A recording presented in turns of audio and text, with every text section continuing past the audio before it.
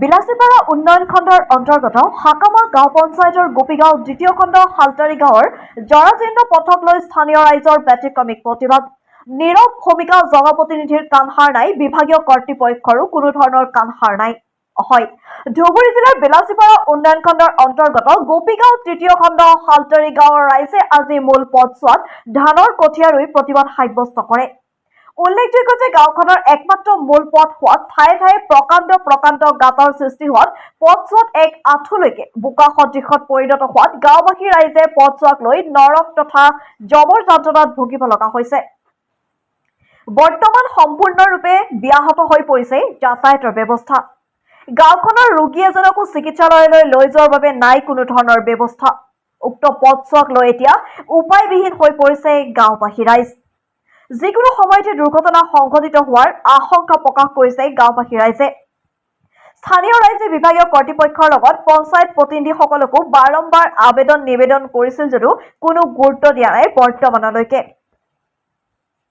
আজি উপায়বিহীন হৈ ৰাইজে ধানৰ কঠীয়া ৰুই প্ৰতিবাদ সাব্যস্ত কৰে আৰু জিলা উপায়ুক্তৰ লগতে ৰাজ্যৰ মুখ্যমন্ত্ৰীক অতি সোনকালে উক্ত পথছোৱা মেৰামতি কৰাৰ বাবে আহ্বান জনায়। অন্যথা পৰৱৰ্তী সময়ত গণতান্ত্ৰিকভাৱে প্ৰতিবাদ কৰাৰ হুংকাৰ প্ৰদান কৰিছে গাঁওবাসী ৰাইজে। News desk report, nation voice TV. আজি আমাৰ এইটো আপত্তি যে আমাৰ চালতাৰী গাঁওখনত ৰাস্তাটো আজি 7-8 বছৰৰ পৰা নহ'ল। আৰু নহ'ল এই ৰাস্তাটো ট্ৰাকে বা ট্ৰেক্টৰে মাটি পেলায়, কিন্তু জব কাৰ্ডত পইচাখিনি সিহঁতে উঠাই লৈ যায়। কোনে লয়? আছে পঞ্চায়তৰ মানুহে লৈ যায় উঠাই। এনেকৈয়ে ৰাস্তাটো আপোনাৰ লগত থাকি গ'ল। এনেকৈ থাকি গ'ল আমাৰ। এতিয়া আপুনি 1 নম্বৰ প্ৰশ্নৰ উত্তৰ হ'ল স্কুল যাব লাগে, গাড়ী নাযায়, টিউচন স্কুল লগতে মোৰ নামে কওক। আচ্ছা, মোৰ লগৰ এইবিলাকে দিল একটা ভাষণ, ভাষণখিনি মোৰ কথা ইমানেই যে ধৰ ইয়াতে বৰ্তমান এম্বুলেন্স আহে না নাই?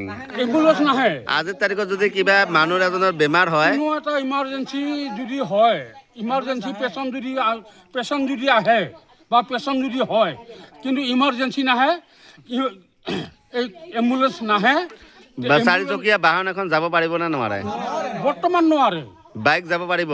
বাইকো নোৱাৰে। তাৰমানে জৰম যন্ত্ৰণাত ভুগিছে। আপোনাৰ এইখন কিমান দিনৰ গাঁও? আপুনি যুগ ধৰি এইখন গাঁৱতে থাকে? নহয়, মই যেনিবা এই গাঁওখনৰ এই অঞ্চলৰ মানুহখিনি যুগ ধৰি আছে নে? যুগ ধৰি আছে। আপোনালোকৰ ল'ৰা ছোৱালীসকলে স্কুলত যোৱাত কষ্ট পাইছে আৰু সেইকাৰণে আমি ল'ৰা ছোৱালীবিলাকক আমি ভাড়া ঘৰত ৰাখিব লগা অৱস্থা হৈছে আমাৰ এই ৰাস্তাৰ কাৰণে।